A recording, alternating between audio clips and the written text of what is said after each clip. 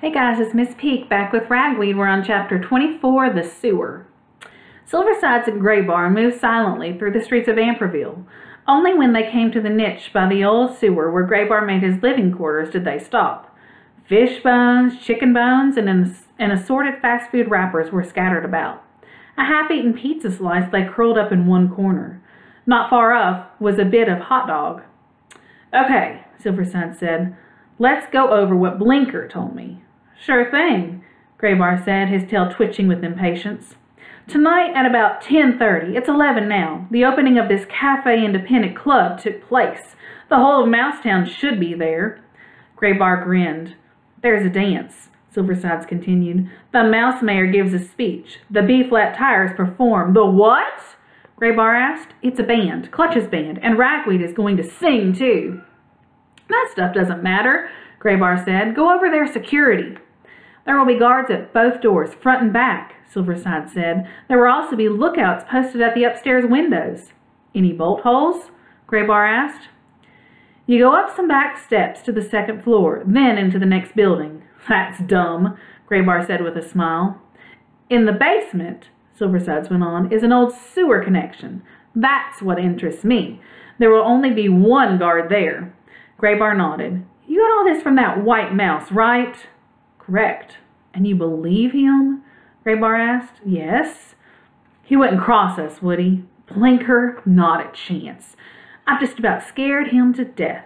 Besides, he thinks I'm going to spare his friends." "Yeah, right," Graybar said. He gazed at the rotting food. "Want anything to eat before we go?" he asked. "It's going to be a long night." "We'll be eating when we get there," Silversides reminded him. Graybar laughed. "Silversides, I like your style." "Let's just go," the white cat said sourly. "Sure thing," Graybar returned. "This way. Look out for slime." The two cats headed into the sewer. Built of brick, the old sewer had a round vaulted ceiling. In many places, the brick and lime mortar had crumbled and fallen into the old sluiceway. This sluiceway was clogged with refuse, moldy leaves, antique garbage, and motor oil, all blended together into a gummy, bad-smelling ooze. Such light as there was only came where grates opened to the street above. On a level slightly higher than the sluiceway was a fairly uncluttered ledge. It was along this ledge that the two cats moved. Graybar limped along in the lead. Silversides, her white coat quickly streaked with muck, followed. The cats walked in silence.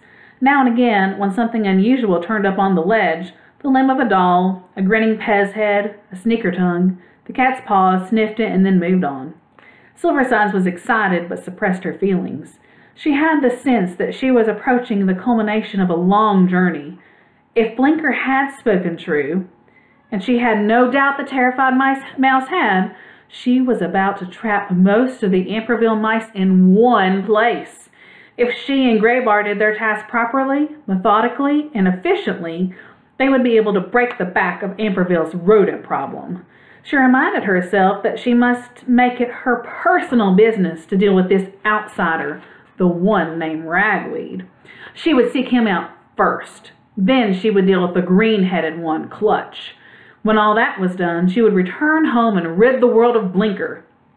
After the carnage was over, she would seek out a comfortable rest home for cats and live out her golden years amid tranquility and calm. First among felines, she would accept accolades with dignified pride. Her life would be mellow and complete. "Hold it!" The cats had reached a place where sewer tunnels converged. It was a large circular area with a ceiling higher and a basin deeper than normal. Other tunnels led off in different directions. In the middle of the ceiling was a star-shaped grate, through which light came. "Let's see," Graybar said. "We're at Star Square. It's where the city sewers come together. That pipe comes from Eudora Street. That one comes from Providence Place. Over there is Washington Avenue. There is East Lane. Up there is Vale Way. Hang on, we're almost there." The cats proceeded more slowly. Graybar set the pace. The sewer tunnel he took was smaller, narrower, older, and even dimmer than the one they had been in before. More bricks were dislodged. Now and again they had to squeeze forward. "Lots of good stuff around here," Graybar murmured, "if you want to take time to look." Silverside shuddered. As they went along, she became caught up in her thoughts again. How, she asked herself, had she ever come to such a pass, picking her way through such a horrid place with such a low-life cat, with the intent of wreaking havoc on disgusting mice? Could she have done something better with her life? For a moment, the white cat felt sorrowful. Was this all she had achieved? To be so full of anger and hate that all she could think of was nothing else but destroying mice? What would she do, she suddenly asked herself, when there was no mice left to hate? I think we've reached the right street, Graybar announced. Silverside looked up and around. Here, along the curved walls, rusty pipes jutted into the main sewer at various intervals. One of these pipes should lead into that bookstore, Graybar said. We just have to find the right one. Listen, Silverside cried. They lifted their heads. Faintly but distinctly came the sound of music with a heavy beat. With it came a thin chorus of squeaking. What's that? Graybar asked. Mice, Silverside hissed. Just to be close rekindled her anger and rage. It's their new club. It's going to be their old club soon, Graybar scoffed. Which pipe leads into the store? Silverside wondered out loud. She listened intently. The music's coming from this pipe, she said, and hauled herself up into it, proceeding to wiggle forward.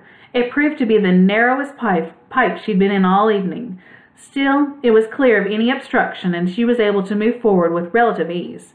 As she proceeded, the music grew louder. The end of the pipe loomed before her. The music was quite loud. There was singing, too, plus a great deal of muffled tapping, which puzzled her at first. Then she grasped what it was. Dancing, she muttered under her breath. How perfectly disgusting. She inched forward. The smell of mouse was so offensive she was nauseated, but the strength of the odor was evidence of great numbers of mice. Approaching the end of the pipe, Silverside slithered forward and took a quick peek out. The pipe led into a small, cluttered basement. Off to one side, Silverside caught sight of some steps. Easy entry into the floor above, where the mice were assembled. The question was someone guarding the stairs? She took another peek. That time she caught sight of a mouse on the steps. He was sitting there, eyes closed, a dreamy look on his face, nodding his head to the beat of the music. Withdrawing, Silverside backed out of the pipe. Any luck? Graybar asked. We've got them, Silverside replied with barely contained glee. There's just one mouse on guard, and he's asleep. That's in the chapter. Hope you enjoyed it. See you next time. Bye.